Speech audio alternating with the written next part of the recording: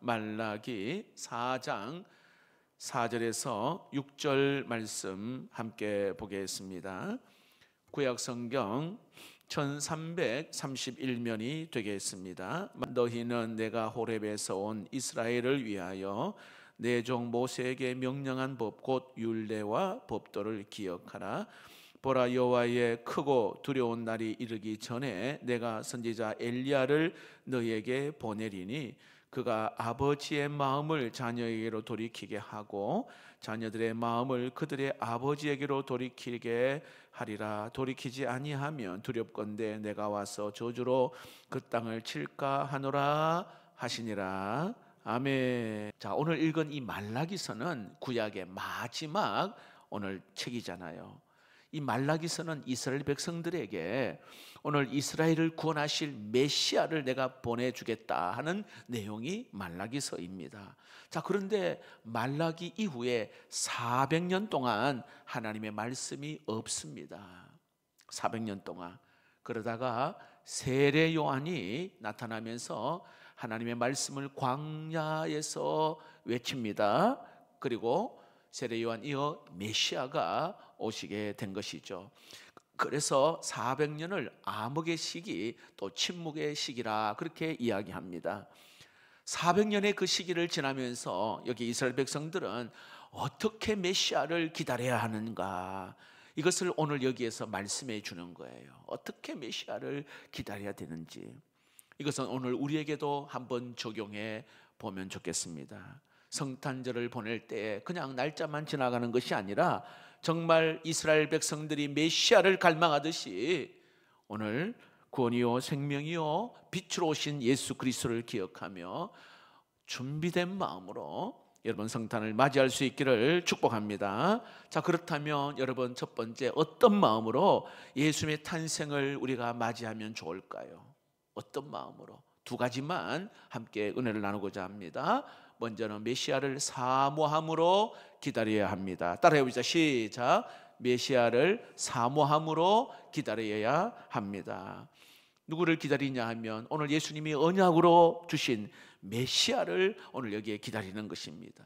그런데 막연히 기다리는 것이 아니라 사모함으로 오늘 메시아를 기다린다 그렇게 말합니다.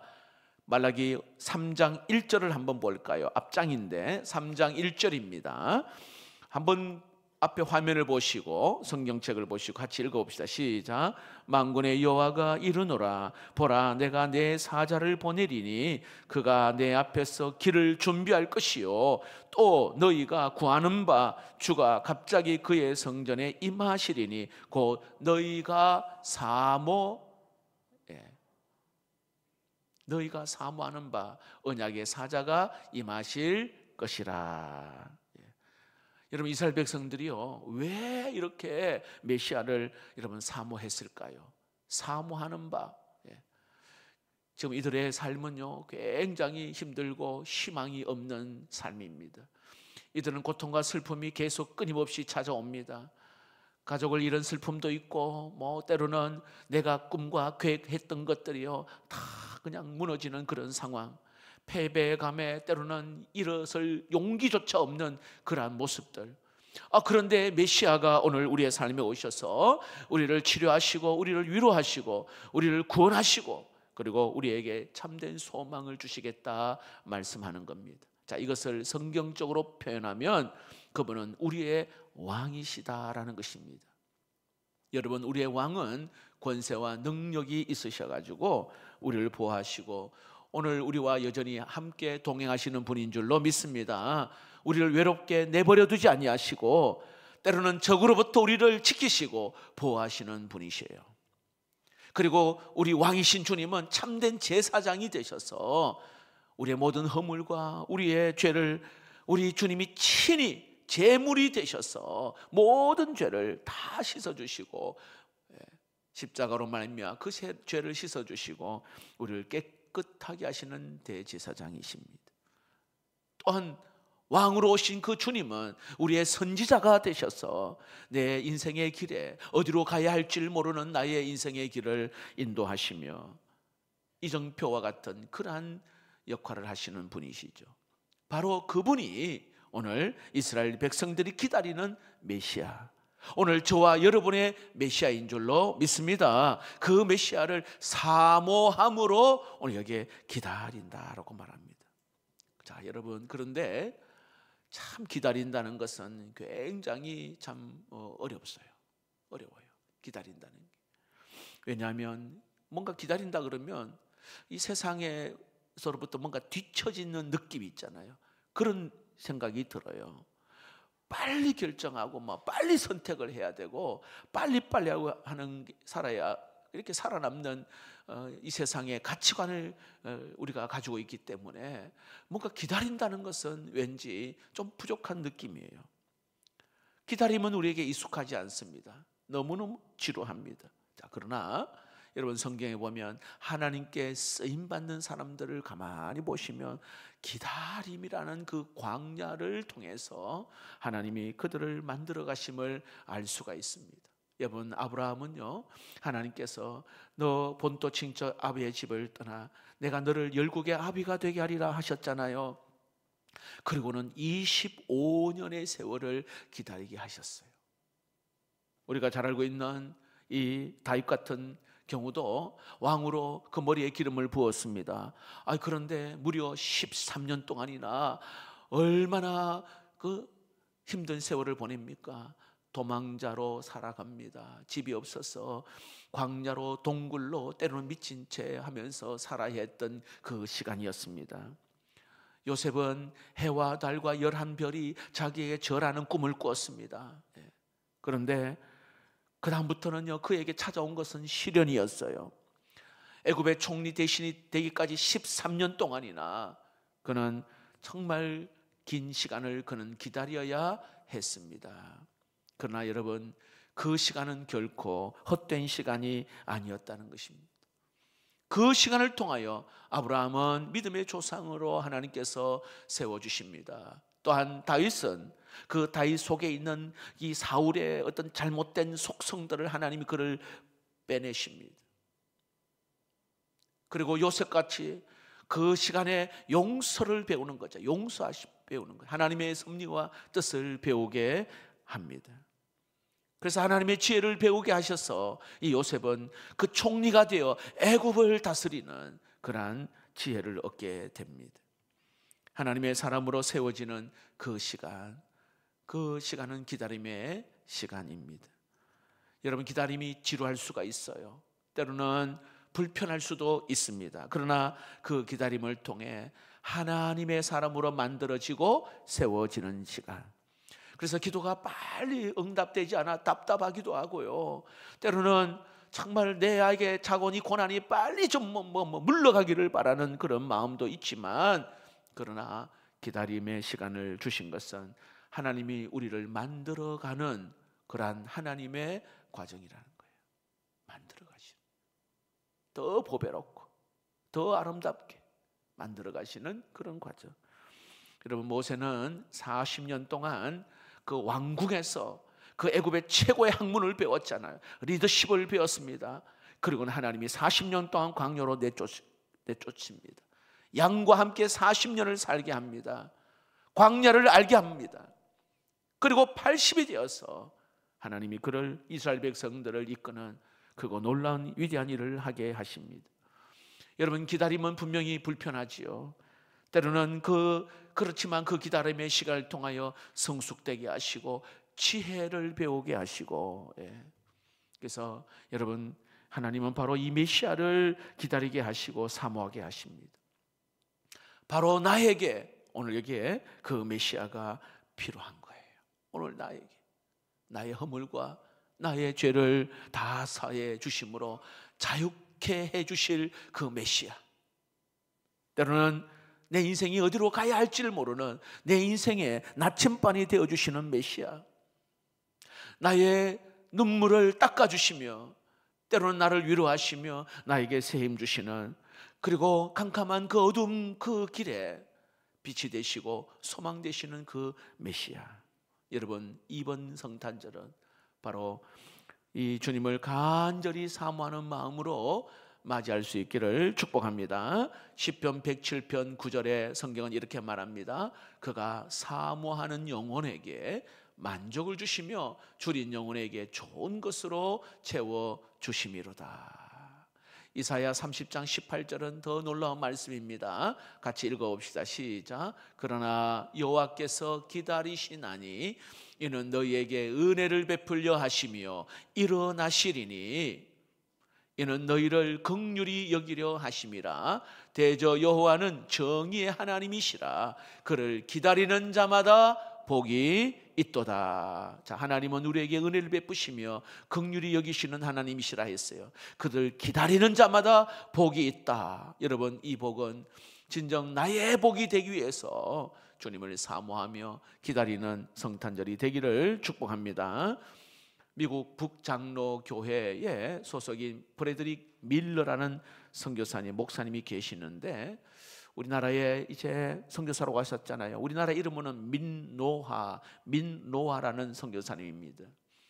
1892년에 한국 땅을 밟았습니다. 한번 소개한 적이 있는데 이 밀러 선교사님은 저 충청북도 이쪽 지방을 중심으로 선교 활동을 했어요. 이 경남은 호주 선교사님이 중심이거든요.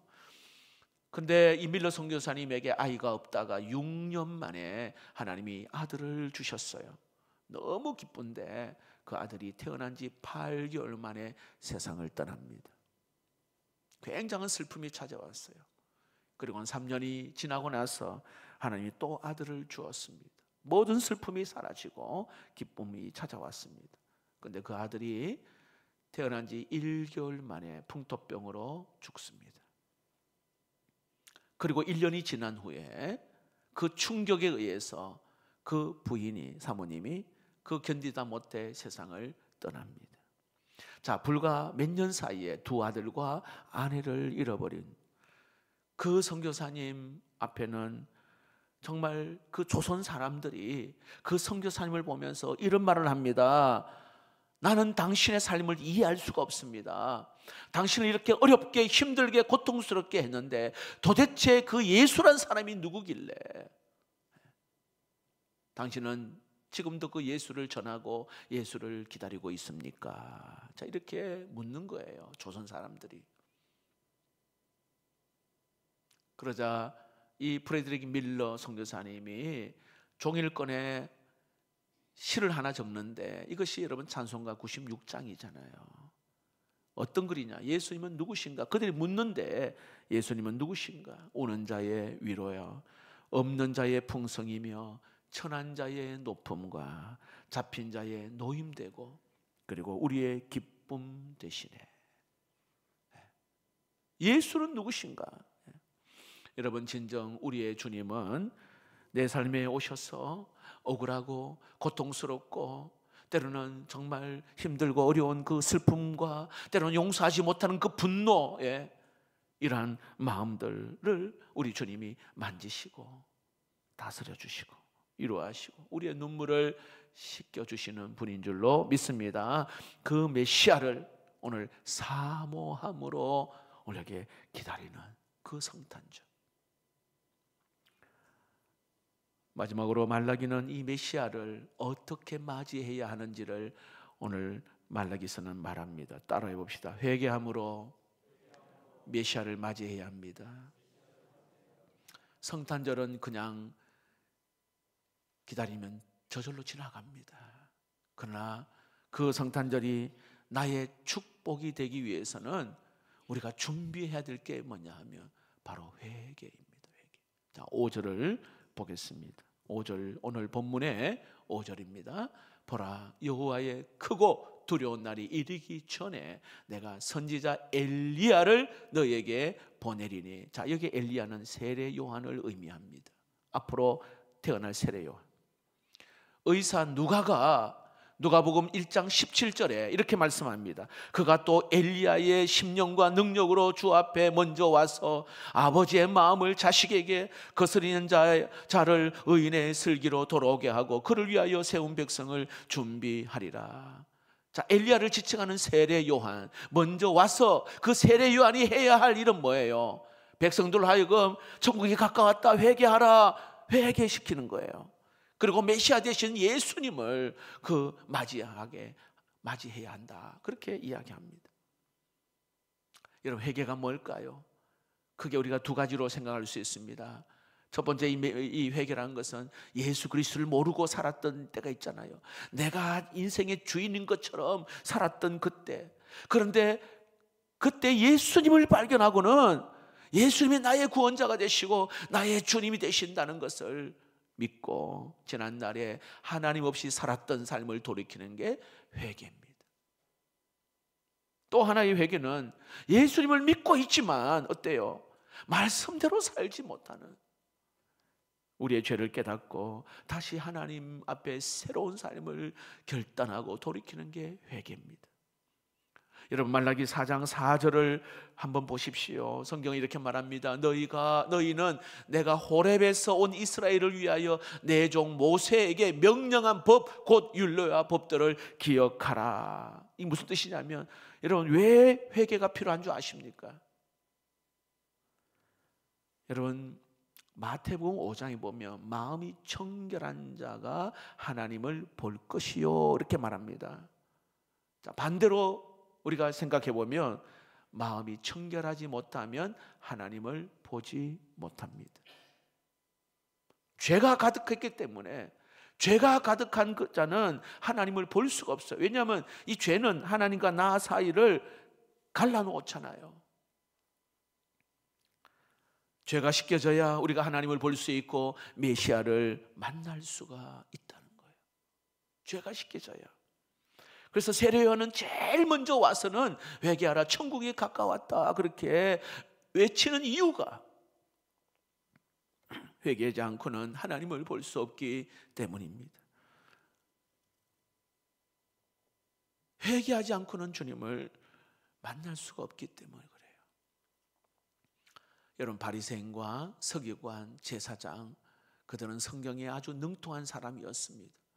메시아가 올 것을 그들은 믿었습니다. 그렇지만 회개하지 않을 때, 여러분, 뭐라고 성경에 나와 있습니까?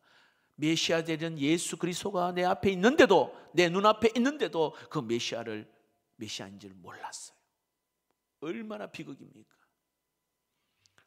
여러분, 예수님이 내 눈앞에 계시는데도 메시아인 줄 모른다는 것은, 다른 말로 말하면 성탄절이 매번 반복해서 나에게 다가오지만은 나에게 진정한 회개가 없이, 마음에 청결함이 없이 주님을 맞이한다면 우리는 주님이 내 앞에 와도 그 주님을 모르는 거예요. 알지를 못합니다. 그렇다면 여러분, 어떻게 해야 할까요? 여러분, 회개에 앞서서 여러분 반드시 하나님의 법, 좀 전에 읽었던 율례, 이 말씀이 내 마음에 들어와야 돼요. 말씀이. 여러분, 회개 내 마음대로 되는 거 내 마음대로 되지 않는 거 아시죠? 회개는요, 내가 하고 싶다 해서 회개되는 게 아니에요. 하나님이 회개의 영을 부어 주셔야 되는 거거든요. 예. 다시 말합니다. 여기에 하나님의 말씀이 내 안에 들어와야 돼요. 그 말씀으로 기준이 딱 되어서 내가 어디에 문제가 있는 것인지를 하나님이 깨닫게 하시는 거예요. 이게 진정한 회개입니다. 여러분, 하나님의 말씀 속에는 교훈이 있잖아요. 거기에는 책망이 있어요. 우리가 어떻게 살아야 될 바르게 함이 그 말씀 속에 있습니다. 우리로 하여금 여기에 선을 행할 능력을 주시는 게 하나님의 말씀이라 했습니다. 바로 그 말씀이 내 안에 쑥 들어와서 나를 딱 비춰줄 때에 내가 얼마나 잘못되었는지 돌이킬 때에 거기에 진정한 회개가 있는 거예요. 이스라엘 백성들이 꿈에 그리던 고향 땅 예루살렘으로 갔습니다. 성벽을 세웠습니다. 성전을 세우는 위대한 일을 했습니다. 그러나 그들은요, 진정한 회개의 삶을 살지를 못했어요. 그러자 에스라가 말씀을 선포합니다. 말씀을 전합니다. 이때 그들이요, 모든 걸 다시 돌이키고 하나님 앞에 회개함으로 나아갑니다. 여러분, 죄에 대한 이 아픔을 하나님 앞에 나아가지요. 그리고 지금까지 잘못된 것을 돌이키고 이방 여인들을 다시 돌려보냅니다. 진정한 회개가 일어난 것입니다. 여러분, 진정한 회개는요, 아픕니다.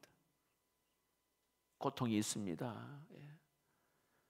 때로는 힘듭니다. 그러나 그 아픔과 고통 너머에 하나님을 볼 수가 있고, 또 우리의 영적인 자유함이 있고요, 우리에게 진정한 위로와 평안을 주시는 하나님을 만나게 되는 줄로 믿습니다. 회개하면 떠오르는 비유가 탕자의 비유 아닙니까? 여러분, 둘째 아들이 아버지 집을 떠났습니다. 아버지와의 관계가 단절이 된 거예요. 허랑방탕하게 그렇게 살았던 이 아들이 아버지의 집을 생각한 거예요. 다시 말합니다, 하나님의 말씀이 생각난 거예요. 그 말씀이 탕자 속에 쑥 들어온 거예요. 아버지를 생각했다는 것은 말씀을 생각한 거예요. 그 말씀이 들어온 거예요. 말씀에 딱 자기의 삶을 비춰보니 내가 얼마나 멀리 와 있고, 그리고 고생하고 있는지를 발견하게 되는 거 아닙니까? 그리고 마음을 돌이킵니다. 내가 더 이상 이렇게 살아서는 안 되겠다. 아버지 집으로 돌아가자. 스스로 여기에 일어나서 아버지 집으로 돌아가는 것, 이것이 회개입니다. 회개. 이번 성탄절은 남 탓하지 마시고 자신을 살피면서 회개하면서 성탄절을 맞이하기를 축복합니다. 그냥 습관적으로 내가 살아왔던 모든 그 삶들, 짧은 시간이지만 말씀을 듣고 말씀을 읽고 말씀을 묵상하면서 그 말씀 속에서 나를 발견하는 것이죠. 그리고 하나님 앞에 회개하는 시간을 가질 수 있기를 축복합니다. 하나님, 내가 1년 동안 그냥 정신없이 살다 보니 하나님과 멀어졌습니다. 다시 주님을 만나고 싶습니다. 이렇게 살고 싶지는 않습니다. 하나님, 내 삶을 고쳐주십시오. 나의 입술을 하나님 고쳐주시고 음란하고 더러운 것들에서 끊어지게 하시고 온갖 중독에서 벗어나게 하시고 남을 미워하고 수근수근했던 마음들에서 하나님 고쳐주옵소서.